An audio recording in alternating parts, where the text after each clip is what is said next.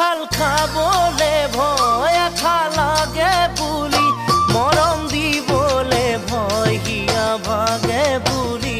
হিয়া ভাগে বুলি কঁঠাল খাবলে ভয় আঠা লাগে বুলি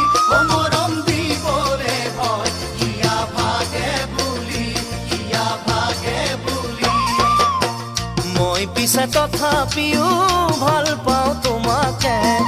ৰাতি ৰাতি কথা পাতো সপোনতে সদায়